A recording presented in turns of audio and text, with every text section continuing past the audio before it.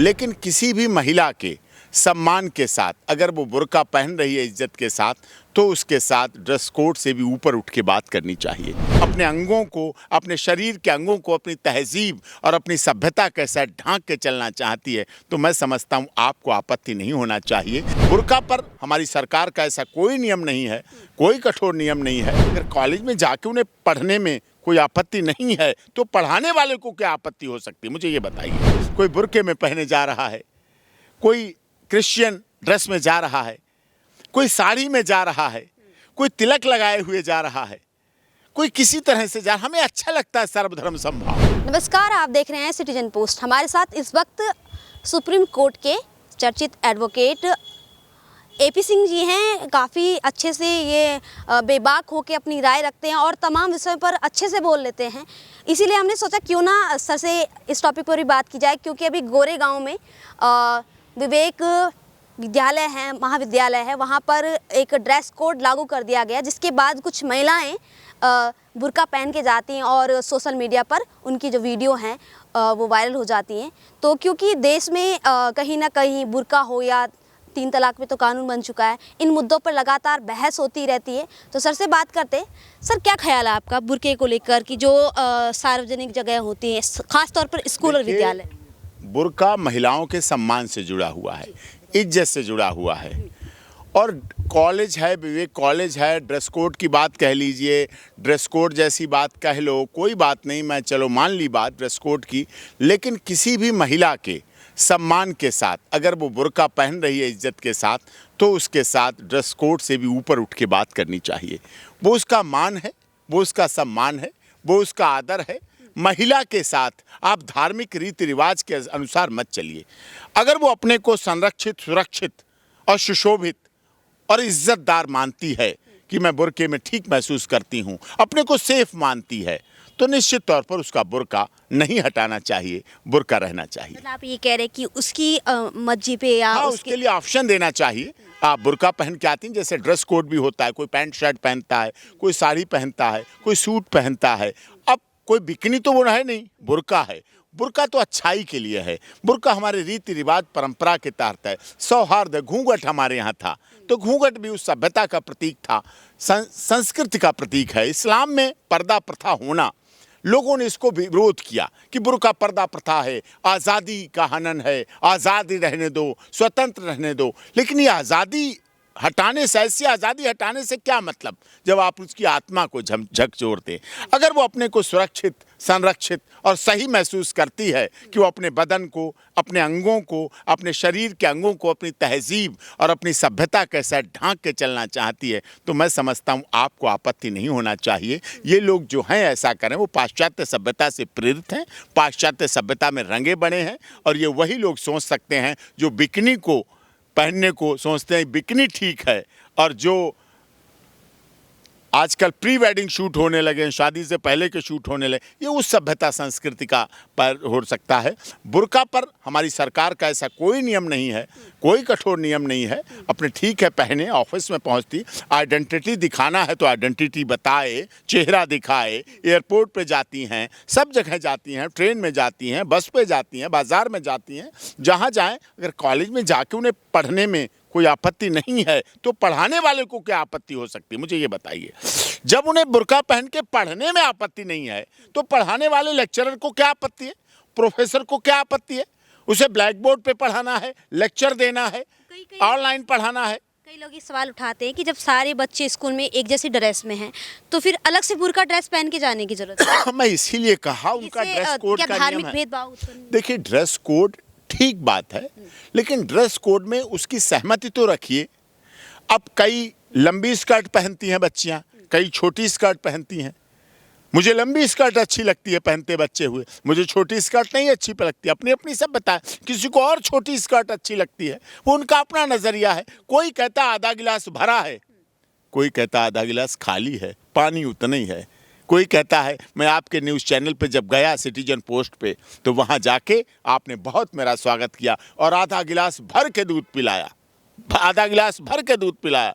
अब मैं आपसे नाराज़ हूँ, मुझे नहीं अच्छा लगता सिटीजन पोस्ट, तो मैं कहूँगा क्या हुआ, वहाँ गए उनके स्टूडियो में वो करने के लिए, इंटरव्यू के लिए और पॉडकास्ट के लिए गए, उन्होंने सिर्फ और सिर्फ आधा गिलास दूध पिला दिया मुझे, आधा गिलास दूध पिला दिया। तो बात तो वही है, तरीका है अंदाज़े बयां का।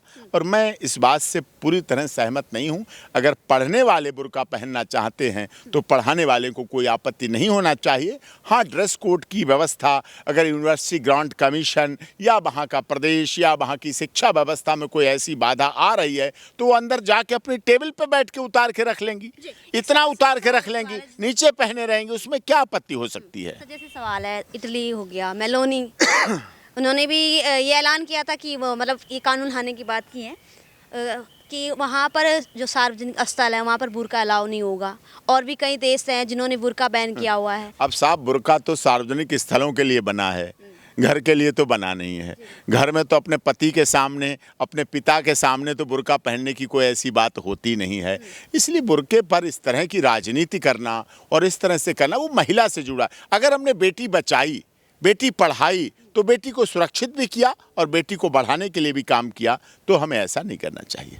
मतलब भारत इस पे कुछ नहीं सोचता। भारत इसमें लिबरल है। भारत में देखिए बहुत अच्छा लगता है जब हम देश में देखते हैं, कभी HR नंबर की गाड़ी, कभी MH नंबर की गाड़ी, कभी UP नंबर की गाड़ी, कभी DL नंबर की गाड़ी, कभी उत्तराखंड नंबर की गाड़ी, तो मुझे बड़ा अच्छा लगता है। रोड पे मैं कई बार देखता हूँ, देखो एक रोड पर सारे प्रदेशों की गाड़ियाँ निकल रही, ऐसे मुझे अच्छे लगते हैं। जब किसी बाजार में, किसी मार्केट में कोई बुर्के में पहने जा रहा है, कोई क्रिश्चियन ड्रेस में जा रहा है, कोई साड़ी में जा रहा है, कोई तिलक लगाए हुए जा रहा है, कोई किसी तरह से जा, हमें अच्छा लगता है सर्वधर्म समभाव।